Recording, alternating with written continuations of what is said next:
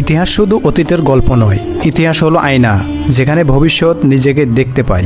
আজ আমি আপনাদের এমন একটি জাতির গল্প শোনাতে যাচ্ছি যারা বলেছিল এটাই স্বাভাবিক, এটাই আধুনিক, কিন্তু আল্লাহ বলেছিল না, এটা ধ্বংস। এক রাতে পুরো সভ্যতা চিরতরে মুছে গেল। এটি হলো হযরত লূত আলাইসাল্লামের কওমের গল্প। হযরত লূত আলাইসাল্লাম ছিলেন আল্লাহর একজন প্রেরিত নবী। তিনি ছিলেন হযরত ইব্রাহিম আলাইসাল্লামের ভাতিজা।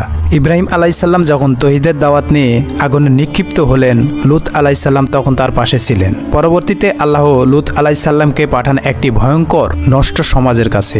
এই সমাজ বাইরে থেকে উন্নত ছিল, কিন্তু ভিতর থেকে পচে গিয়েছিল। এই কওম এমন একটি পাপ করত যা তাদের আগে পৃথিবীতে কেউ করেনি। আল্লাহ কুরআনে বলেন, তোমরা কি এমন অশ্লীল কাজে লিপ্ত হচ্ছ যা তোমাদের পূর্বের দুনিয়ায় কোনো জাতি করেনি। তাদের পাপ ছিল 3 স্তরের: পুরুষে পুরুষে যৌনতা, লজ্জাহীনতা, ফিতরাতের বিরুদ্ধে বিদ্রোহ, প্রকাশ্যে অশ্লীলতা, পথচারীর উপর হামলা, অপরাধকে বিনোদন বানানো। পাপের বিরুদ্ধে কোনো আইন ছিল না। যদি কেউ ভালো হতে চাইতো, সমাজ থেকে বের করে দেওয়া হতো।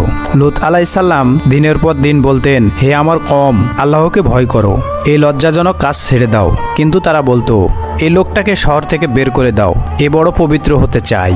ভাবুন, নবী হওয়াটাও তাদের কাছে অপরাধ ছিল। তিনি একা দাঁড়িয়েছিলেন পুরো একটি নষ্ট সমাজের বিপক্ষে। কেউ তার কথা শুনল না।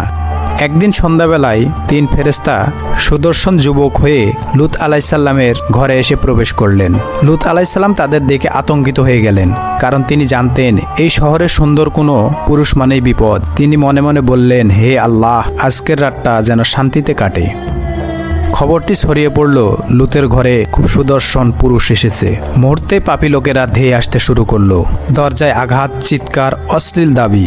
তারা বলল, ওদেরকে আমাদের হাতে তুলে দাও। লূত আলাইসাল্লাম কেঁদে কেঁদে বললেন, এরা আমার মেহমান, আমাকে লাঞ্ছিত করো না, আল্লাহকে ভয় করো। কিন্তু তারা থামেনি। ফেরেশতারা বললেন, হে লূত, ভয় করো না, আমরা তোমার প্রতিপালকের ফেরেশতা।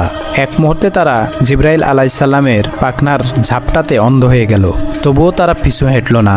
ফেরেশতারা বললেন, রাতের শেষ ভাগে তুমি তোমার পরিবার নিয়ে শহর ছেড়ে চলে যাও। কেউ যেন পিছনে না তাকায়। তবে তোমার স্ত্রী যাবে না, কারণ সে কওমের সহযোগী। ভোর হতেই প্রচণ্ড চিৎকার, ভয়ঙ্কর ভূমিকম্প, পুরো শহর উল্টে গেল। আকাশ থেকে পোড়ামাটির পাথর বর্ষণ হলো। আল্লাহ বললেন, আমি তাদের জনপদ উল্টে দিলাম এবং তাদের উপর বর্ষণ করলাম চিহ্নিত পাথর। একজনও বাঁচেননি। তিনি নবীর স্ত্রী ছিলেন, কিন্তু ইমানদার ছিলেন না। তিনি পিছনে তাকালেন আর আযাব তাকে গ্রাস করে ফেললেন। সে ধ্বংসপ্রাপ্তদের অন্তর্ভুক্ত হয়ে গেলেন। এই গল্প অন্য কারোর জন্য নয়, এই গল্প আপনি আমাকে সতর্ক করার জন্য। আজ মৃত সাগরের নীরব পানি সাক্ষী।